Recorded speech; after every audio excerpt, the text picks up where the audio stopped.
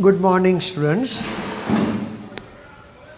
हमारे chemistry subject में chapter चल रहा है 11 और टॉपिक जो चल रहा था वो था रासायनिक अभिक्रिया, जिसमें हम लोग अल्कोहल की रासायनिक अभिक्रिया देख रहे थे, अल्कोहल और फिनॉल की। दोनों में पहले हम लोगों ने हाइड्रोक्सिल समूह में O एवं हाइड्रोजन के मध्य जो आबंध है उसके विदलन की जो है प्रक्रिया हम लोग सीख रहे थे। उसमें हम लोगों ने अम्लीयता की चर्चा की थी। उसके बाद अब हम लोग बात करते हैं रासायनिक अभिक्रियाओं में सेकंड नंबर की अभिक्रिया है एस्टरीकरण। एस्टरीकरण का मतलब ये है कि हम लोग एस्टर बनाने वाले हैं। तो अल्कोहल एवं phenol carboxylic acid acid chloride एवं एसिड एनहाइड्राइड के साथ अभिक्रिया द्वारा एस्टर बनाते हैं। तो बात करते हैं, ये है अल्कोहल और एराइल लग गया तो ये हो गया फिनॉल। उसकी हम लोग कार्बोक्सिलिक एसिड के साथ प्रक्रिया देख रहे हैं। ये है फिनाइल अथवा अल्किल और ये हो गया अल्कोहल। उसकी हम लोग एसिड एनहाइड्राइड के साथ प्रक्रिया देख रहे हैं। और तीसरा है अल्किल या एराइल अल्कोहल कि जिसमें हम लोग एसिड क्लोराइड के साथ प्रक्रिया देख रहे हैं। पहली प्रक्रिया में जब वो कार्बोक्सिलिक एसिड के साथ दोनों जब प्रक्रिया करते हैं तो वो हम लोगों को एस्टर देते हैं और पानी मुक्त करते हैं। एसिड एनहाइड्राइड के साथ जब इसकी प्रक्रिया होती है तो एस्टर तो देंगे प्लस कार्बोक्सिलिक एसिड भी हमको प्राप्त होगा। अर्थात एसिड एनहाइड्राइड के साथ प्रक्रिया करने पर एसिड एनहाइड्राइड के साथ प्रक्रिया करने पर एस्टर तो मिलेगा, साथ में कार्बोक्सिलिक एसिड भी प्राप्त होगा। और एसिड क्लोराइड में पीरियड की उपस्थिति में अगर प्रक्रिया करेंगे तो हम लोगों को एस्टर मिलेगा। और HCl जो है वो दूर होगा। तो इस तरह से जो है एस्टर हमको प्राप्त होता है। अब हम लोग आगे बात करते हैं कि भाई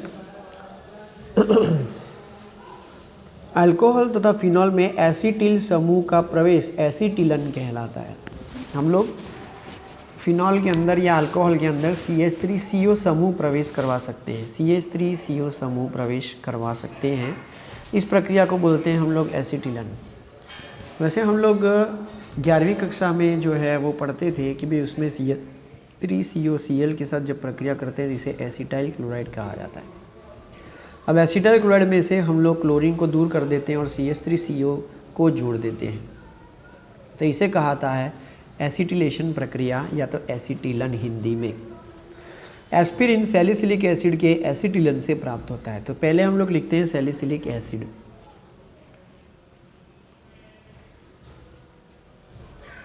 एसिड होने से बेंजीन के ऊपर COOH और OH, तो इसका नाम हो गया सैलिसिलिक एसिड।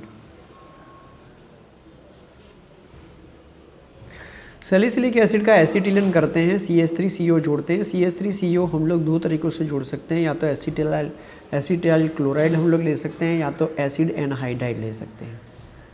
तो हम लोगों ने लिया हुआ है एसिड एनहाइड्राइड। सही में ये ऐसे होता है, CH3CO दो बार होने से ऐसे होता है। ये वाला बॉन्ड ब्रेक हो सकता है, ये वाला बॉन्ड ब्रेक हो सकता है, कोई भी बॉन्ड को ब्रेक हम लोग कर सकते हैं। और इस तरह से यहाँ से बॉन्ड ब्रेक होगा, O और H के मध्य जो है बॉन्ड ब्रेक होने वाला है, तो H जो है वहाँ से दूर हो जाएगा। वो CH3COOH इसके साथ जुड़कर जो है इस तरह से वो दूर होगा कि भाई CH3COO यहाँ से और यहाँ से H दूर होगा। तो यहाँ पर बचा क्या है, तो बचा है बेंजीन के ऊपर COOH और O और इसके साथ जुड़ जाएगा COCH3 और ये मिला हम लोगों को एसिटिल सैलिसिलिक एसिड।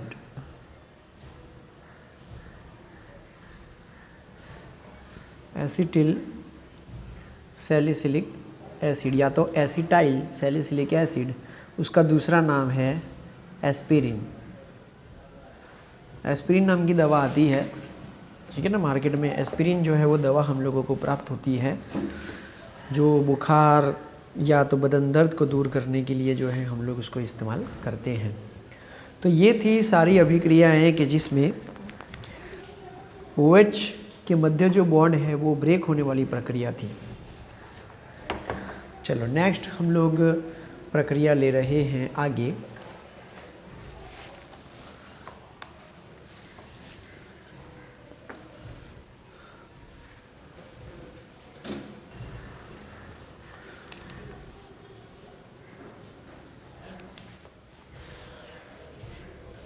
कार्बन और ऑक्सीजन C बॉन्ड O आबंध का विदलन होने वाली प्रक्रियाएं हम लोग देख रहे हैं कि जिसमें कार्बन और ऑक्सीजन के मध्य ये जो बॉन्ड है वो ब्रेक हो जाएगा और अल्कोहल में जो हाइड्रोक्सिल समूह या फिनॉल में जो हाइड्रोक्सिल समूह है वो पूरा का पूरा जो है वो दूर हो जाएगा। ठीक है, तो पहली प्रक्रिया उसकी कौन सी है? तो पहली प्रक्रिया है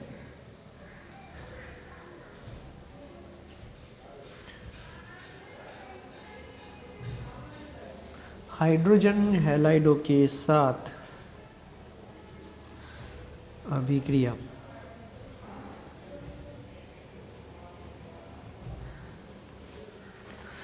हाइड्रोजन हैलाइड के साथ जब हम लोग अभिक्रिया करते हैं, जैसे कि ये है अल्कोहल और इसकी हाइड्रोजन हैलाइड के साथ प्रक्रिया की गई, तो बॉन्ड यहाँ से ब्रेक होगा और यहाँ से बॉन्ड ब्रेक होगा। तो हैलोजन जो है वो हाइड्रोक्सिल समूह के स्थान पर जुड़ जाता है। यहाँ से OH और यहाँ से H पानी का अणु जो है वो दूर हो जाता है। इस तरह से हम लोगों को हेलो अल्केन प्राप्त होता है। इन तीन वर्गों की अगर हम लोगों ने चैप्टर नंबर 10 में भी देखा था इस प्रक्रिया को, जिसमें हम लोग प्राथमिक अल्किल हैलाइड, द्वितीयक अल्किल हैलाइड और तृतीयक अल्किल हैलाइड बनाया था, जिसमें क्रमशः हम लोगों ने अल्कोहल लिए थे, प्राथमिक अल्कोहल, द्वितीयक अल्कोहल और तृतीयक अल्कोहल। इस प्रक्रिया से हम लोग पता लगा सकते हैं कि दिया गया अल्कोहल कौन से वर्ग का है। इस परीक्षण को हम लोग कहते हैं ल्यूकास परीक्षण, कि भी दिया गया अल्कोहल कौन से प्रकार का है, उससे हम लोग पता लगा सकते हैं। अल्कोहल ल्यूकास अभिकर्मक सांद्र HCl एवं ZnCl होता है। तो ल्यूकास अभिकर्मक कौन सा इस्तेमाल करते हैं?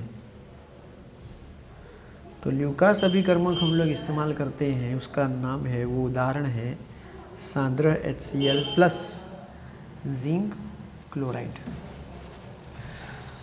तो जब प्रक्रिया में सांद्र HCl और जिंक क्लोराइड डाला जाता है तो अल्कोहल उसके अंदर विलय हो जाता है और हैलाइड जो है वो अमिश्रणीय रहता है तथा विलयन में धुंधलापन या आविलता उत्पन्न कर देते हैं।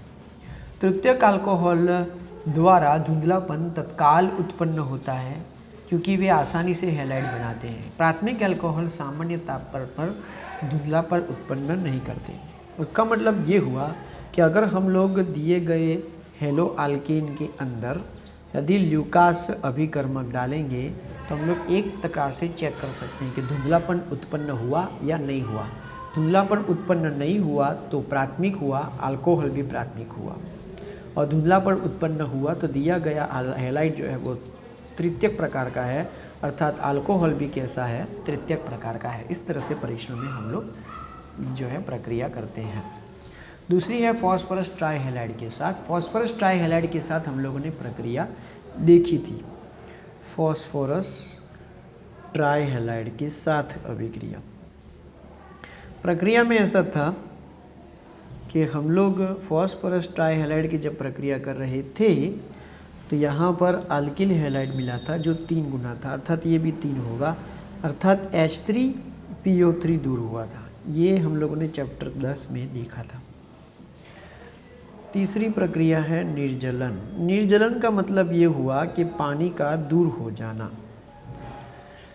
तो पानी दूर हम लोग करेंगे एसिड मिलाकर, जिससे वहाँ का पानी जो है वो दूर हो जाएगा।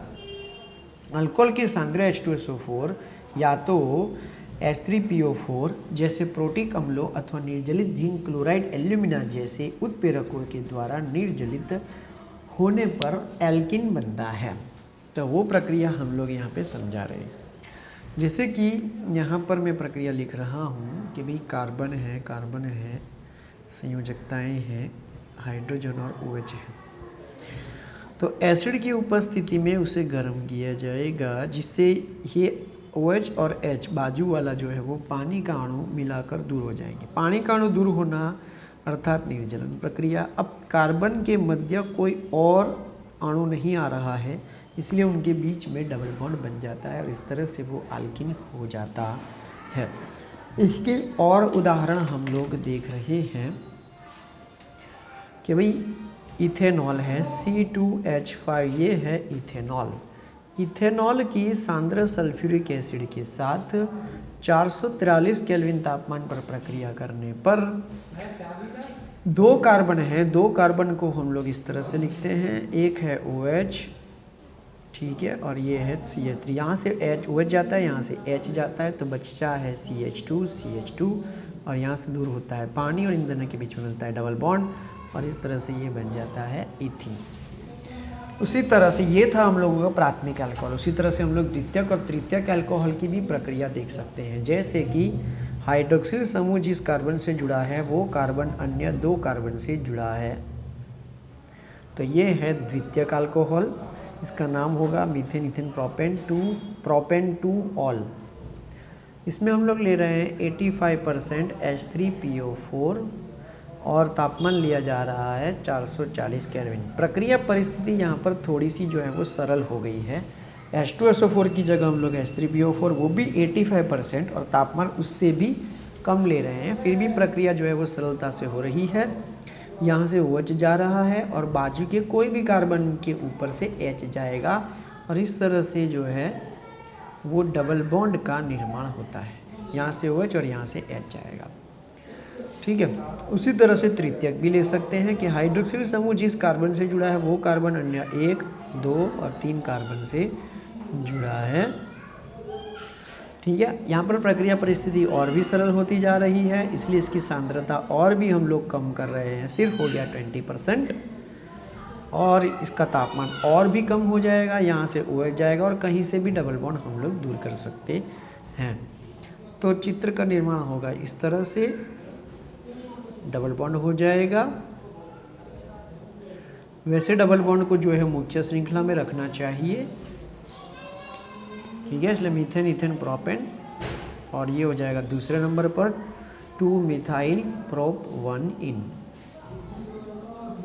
उसका मतलब ये हुआ कि अगर हम लोग निर्जलीकरण प्रक्रिया लेते हैं तो उसकी प्रक्रियाता का क्रम कैसे हुआ कि 3 डिग्री सरलता से करेगा, 2 डिग्री कम करेगा और 1 डिग्री सबसे कम करेगा, ठीक है। उसकी क्रिया विधि जो है हम लोग नहीं सीखते हैं, हम लोग आगे चलते हैं और आगे देख रहे हैं ऑक्सीकरण। विभिन्न प्रक्रियाएं, रासायनिक प्रक्रियाएं हम लोग अल्कोहल की और फिनॉल की देख रहे हैं। अभी देख रहे हैं कार्बन और ऑक्सीजन के मध्य बॉन्ड का जो है वो विदलन। चलो ऑक्सीकरण। अल्कोहल के ऑक्सीकरण में OH एवं CH आबंध का विदलन होता है तथा कार्बन ऑक्सीजन द्विआबंध का निर्माण होता है।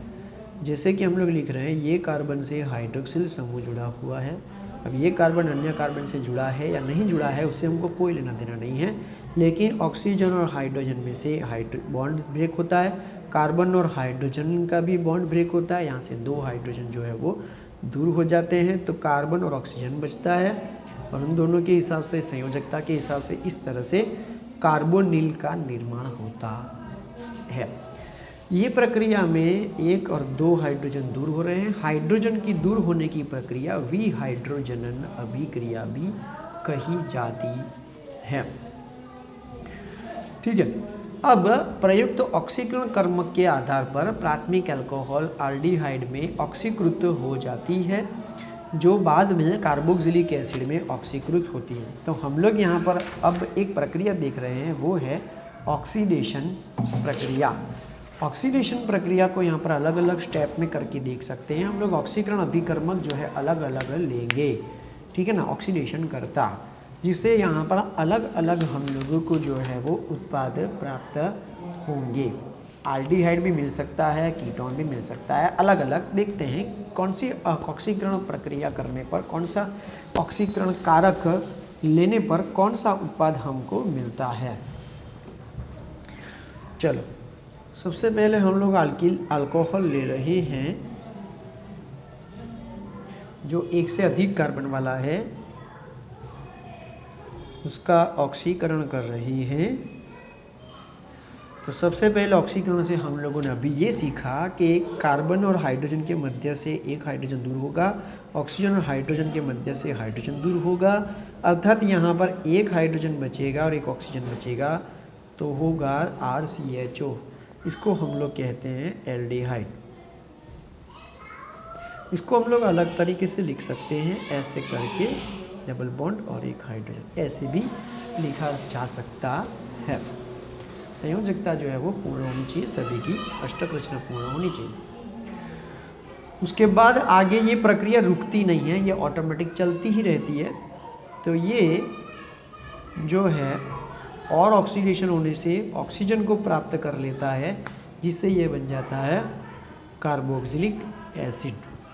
तो प्रथम ये एल्डिहाइड बनेगा और बाद में बन जाता है कार्बोक्सिलिक एसिड। अब आपको कौन सा उत्पाद चाहिए, कि भी एल्डिहाइड चाहिए कि कार्बोक्सिलिक एसिड चाहिए, उसके मुताबिक हम लोग जो है ऑक्सीकरण करता इस्तेमाल करते हैं। वैसे अल्कोहल से सीधे कार्बोक्सिलिक एसिड को प्राप्त करने के लिए हम लोग प्रबल ऑक्सीकरण करता इस्तेमाल करेंगे और प्रबल ऑक्सीकरण कर्मक इस्तेमाल करेंगे, जैसे कि पोटेशियम परमैंगनेट उपयोग किया जा सकता है। यदि आप लोग कार्बोक्सिलिक एसिड नहीं चाहते हो, एल्डिहाइड चाहते हो, तो प्रक्रिया को थोड़ा धीमा करना पड़ेगा। मतलब कि हम लोग निर्जल माध्यम में ऑक्सीकरण कर्मक की इस्तेमाल करेंगे। तो प्रबल ऑक्सीकरण कर्मक इस्तेमाल करेंगे तो ये नहीं मिलेगा, सीधा ये मिल जाएगा। ये नहीं चाहिए, प्रक्रिया थोड़ी रोक देनी है, धीमी कर देनी है, तो हम लोग थोड़ा सा जो है वो ऑक्सीकरण करता मध्यम या तो निर्बल ऑक्सीकरण करता हम लोग इस्तेमाल करेंगे, ठीक है। जैसे कि क्रोमियम ट्राइऑक्साइड, तो इसी के प्रक्रिया में लिख रहा हूँ RCH2OH। ये है अल्कोहल, ऑक्सीकरण तो कर रहे हैं लेकिन हम लोग कर रहे हैं क्रोमियम ट्राइऑक्साइड जैसे मध्यम प्रकार के ऑक्सीकरणकर्ता का इस्तेमाल, जिससे हमको एल्डिहाइड मिलेगा और प्रक्रिया आगे बढ़ेगी नहीं और कार्बोक्सिलिक एसिड प्राप्त होगा नहीं।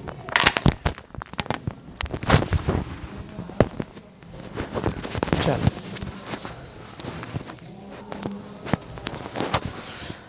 अब आगे देख रहे हैं कि प्राथमिक अल्कोहल के ऑक्सीकरण से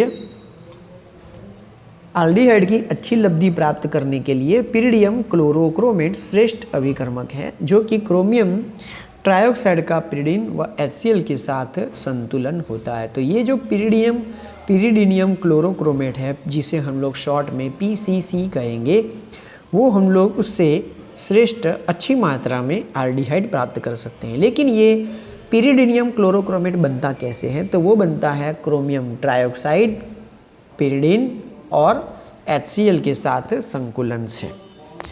तो हम लोग प्रक्रिया लिख रहे हैं इस तरह से कि भाई CH3 CH double bond CH CH2OH द्वितीयक अल्कोहल क्रोमिक एनहाइड्राइड। आगे ये हम लोगों ने लिया OH, PCC पिरिडिनियम क्लोरोक्रोमेट PCC, जिससे हमको मिलेगा CH3 CH double bond CH aldehyde, लेकिन अच्छी मात्रा में हमको प्राप्त होता है। देखो, प्राथमिक अल्कोहल, जब हम लोग प्राथमिक अल्कोहल की क्रोमियम ट्राइऑक्साइड के साथ प्रक्रिया की थी तो हमको एल्डिहाइड मिला था। यदि हम लोग द्वितीयक अल्कोहल लें, हाइड्रोक्सिल समूह जिस कार्बन से जुड़ा है वो कार्बन अन्य 2 कार्बन से जुड़ा है, तो द्वितीयक अल्कोहल ले और उसकी क्रोमियम ट्राइऑक्साइड से प्रक्रिया करें तो न हम लोगों को एल्डिहाइड मिलेगा बल्कि ये हमको देगा कीटोन। यहाँ से H, यहाँ से भी H, H निकल गया, ये बचा C डबल बॉन्ड O, अर्थात हमको मिलता है कीटोन। ठीक है, तो इस तरह से हाइड्रोजन को दूर करके ऑक्सीकरण प्रक्रिया हम लोग कर सकते हैं कि जिसमें आपको कौन सा उत्पाद चाहिए कि भाई कार्बोक्सिलिक एसिड चाहिए अथवा एल्डिहाइड चाहिए अथवा कीटोन चाहिए। कार्बोक्सिलिक एसिड अगर आपको चाहिए तो प्रबल ऑक्सीडेशन कर्ता ले लीजिए, प्रबल ऑक्सीकरण कर्मक ले लीजिए। एल्डिहाइड चाहिए तो CrO3 जैसा जो है वो निर्बल या मध्यम प्रकार का आप लोग ऑक्सीकरण कर्मक ले लो। और यदि आप लोगों को कीटोन चाहिए तो क्रोमियम ट्राइऑक्साइड तो लो, परंतु अल्कोहल जो है वो द्वितीयक प्रकार का ले लीजिए। ठीक है, PCC भी अगर आप लोगों को ज़्यादा मात्रा में एल्डिहाइड चाहिए तो PCC इस्तेमाल कीजिए। इस तरह से अलग अलग अभिकर्मक के द्वारा हम लोग अलग अलग जो है वो उत्पाद प्राप्त कर सकते हैं, उनकी मात्रा भी हम लोग तय कर सकते हैं।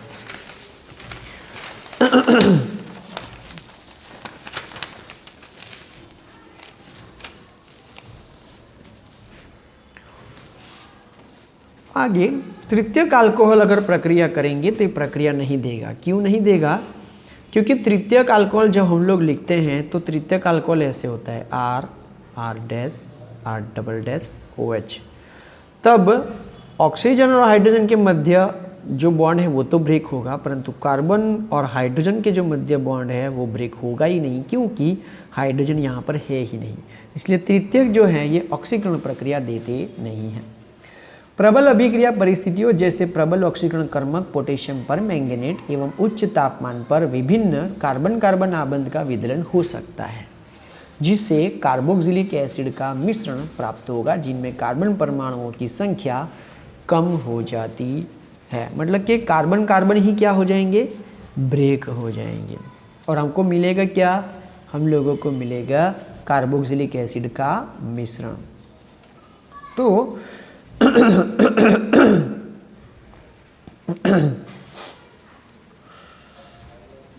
जब प्राथमिक अथवा द्वितीयक अल्कोहल के वाष्पों को 573 केल्विन तापमान पर तप्त कॉपर के ऊपर से प्रवाहित किया जाता है तो विहाइड्रोजनन होता है तथा एल्डिहाइड अथवा कीटोन बनते हैं, जबकि तृतीयक अल्कोहल द्वारा निर्जलन होता है।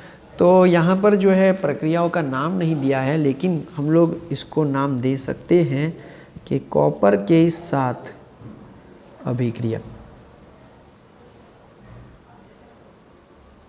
ठीक है, कॉपर के साथ, तो अल्कोहल की कॉपर के साथ प्रक्रिया देखेंगे। तो अल्कोहल हम लोग ले रहे हैं प्राथमिक प्रकार का अल्कोहल, जिसकी कॉपर के साथ 573 केल्विन तापमान पर प्रक्रिया करने पर भी इसी तरह से प्रक्रिया होती है और एल्डिहाइड प्राप्त होता है।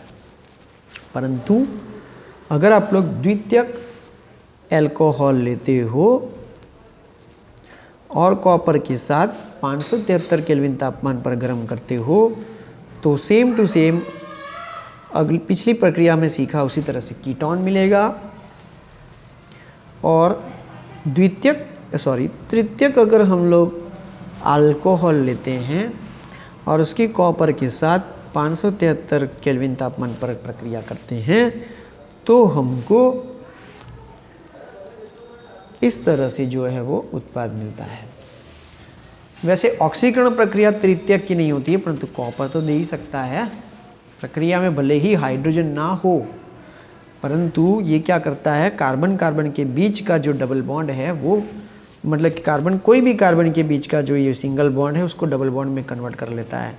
मतलब कि उसको जो चाहिए था हाइड्रोजन, वो हाइड्रोजन कोई भी एक कार्बन के ऊपर से मिल सकता है, या 1 2 3 कोई भी एक कार्बन के ऊपर से जो है हमको प्राप्त हो सकता है। जैसे कि अगर मैं ये R की जगह CH3 सारे लिख दूँ तो ये तीनों CH3 में से 2 ही CH3 बचते हैं, बाकी कोई भी एक CH3 CH2 में कन्वर्ट हो जाता है। मतलब कि यहाँ से हाइड्रोजन जाएगा और 3 में से कोई भी एक हाइड्रोजन जाएगा और वहाँ पे जो है वो डबल बॉन्ड का निर्माण हो जाता है, और इस तरह से जो है वो डबल बॉन्ड आप लोगों को प्राप्त होता है उत्पाद में। ठीक है। तो यहाँ पर भी जो है वो निर्जलीकरण प्रक्रिया हुई है।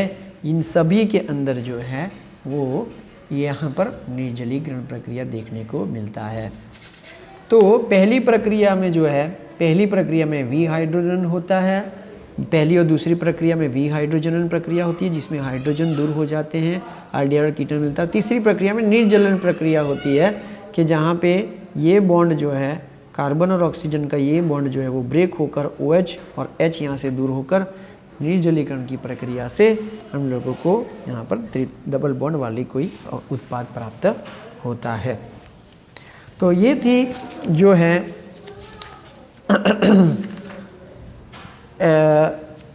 फिनॉल अल्कोहल की प्रक्रियाएं, अल्कोहल और फिनॉल की ये जो प्रक्रियाएं थी, लेकिन फिनॉल की प्रक्रियाओं को अलग से हम लोग बता रहे हैं, इसलिए अभी हम लोग अल्कोहल की प्रक्रिया देखी थी। अब हम लोग नेक्स्ट जो है वो फिनॉल की प्रक्रियाएं देखेंगे।